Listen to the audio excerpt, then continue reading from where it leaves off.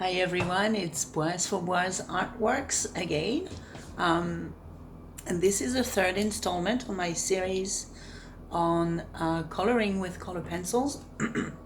Excuse me. And today I'm going to be talking about gradient, how to create beautiful gradients. So let's get started.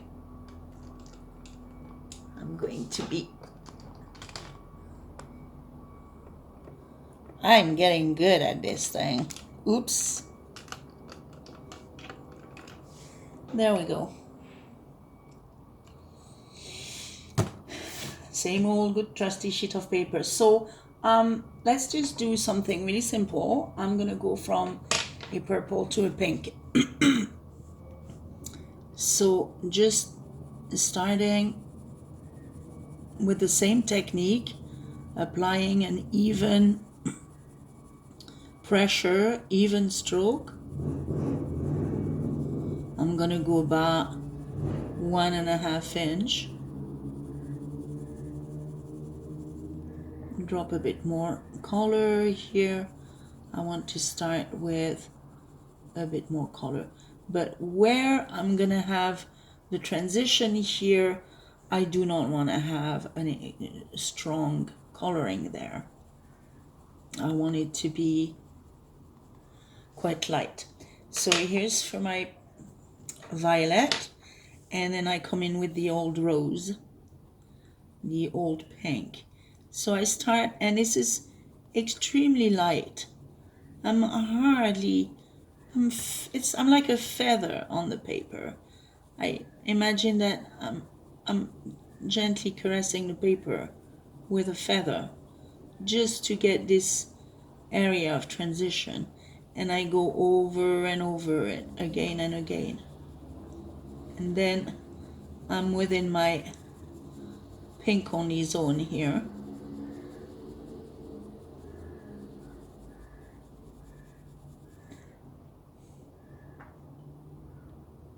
This is a caran d'Ache, so I've lost my plane, but that's okay. Remember that surface I was telling you earlier, that when you always color on the same side, you create a flat surface on the pencil tip. That is helpful.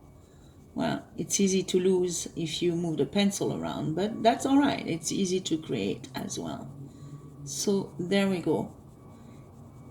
And from this, I'm going to be transitioning to, say, a red.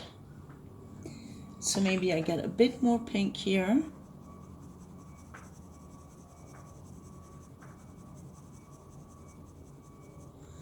And then I go into a red. So again, softness of jest.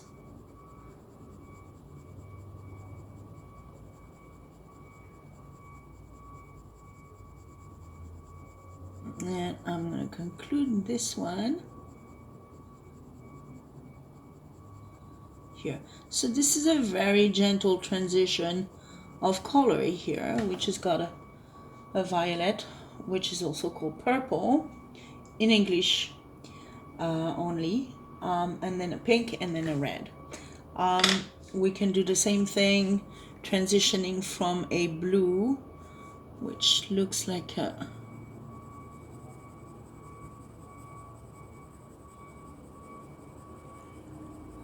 this beautiful blue. I just kind of forgot the name of it right at the top of my head. It's a dark blue, but it has a name. I use it a lot as a primary blue in oil paint.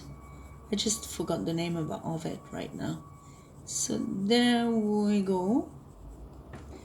So we got the gradient, and I'm gonna go into turquoise with that. So see the way that I'm holding my pen here. I'm just trying to get the entire side surface of the point to come in contact with the paper.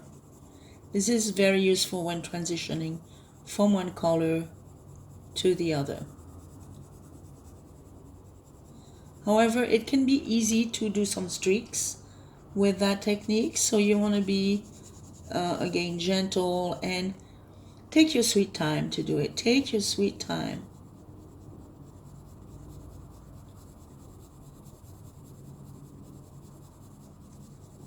There we go. I find that using this is ultimately faster and easier than using one of those blenders. I find those blenders to be awkward and very difficult to obtain a consistent result throughout your coloring area. Whereas when you do that, controlling it with your pencil, with the pigment itself, it's a lot easier. So see how really nice gradients. Now we can have a different gradient, which would be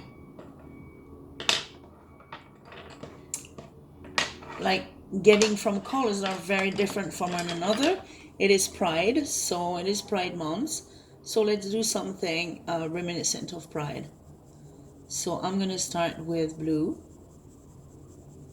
dark blue, turn into a bright blue, and then I'm gonna move into a violet or purple.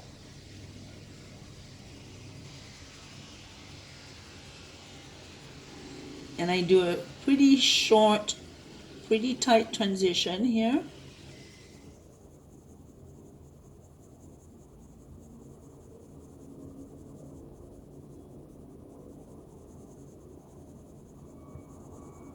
Remember that you can always, and you probably will want to come back for a second layer of each and every one of these colors. So I'm just going to keep them in order.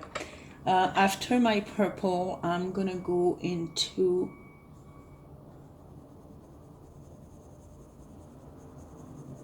a red. So then again, I'm going to disintensify the purple here. And I go into a red. So red, I start like separately and then I'm blending it in. It's actually a good idea to start the color that you're blending into the previous color, to start it right at the edge and then blend in, move back up into the color to blend in. And I have my red. After the red, we have some orange. So orange and red are usually super easy to blend together.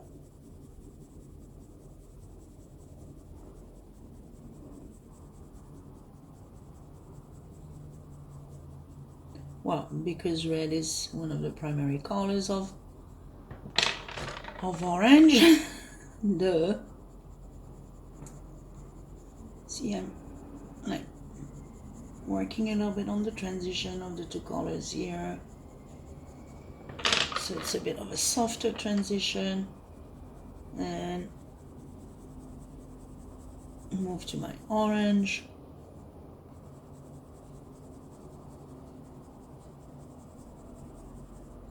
After orange, I have some yellow. Again, yellow is, I don't know, like 80% of orange is yellow, at least. When I make yellow with colors, it takes a few drops of red and a lot of yellow to create orange. So now I'm going to change the register. I was like within the red and orange. They are like from the same family. They mix together really well.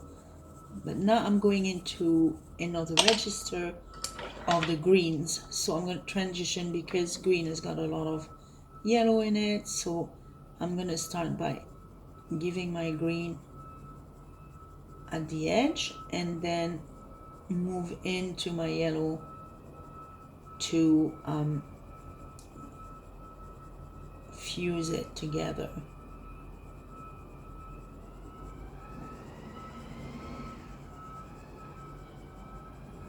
There we go. I got another green. I got 3 greens that are lined up here.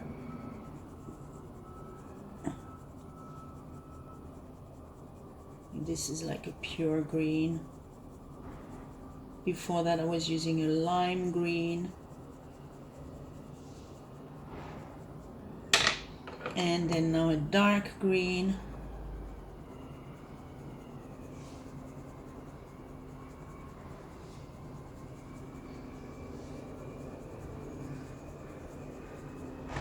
And finally, a blue.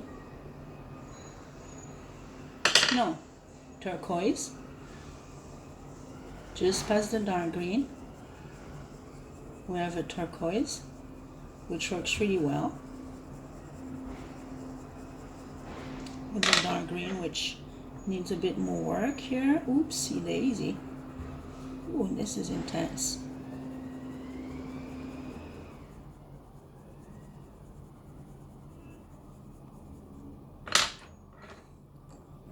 A bit more of this turquoise. And finally, I'm back to my original dark blue. Oh, this is in the way. There you go. Please subscribe to my channel. Ciao, ciao.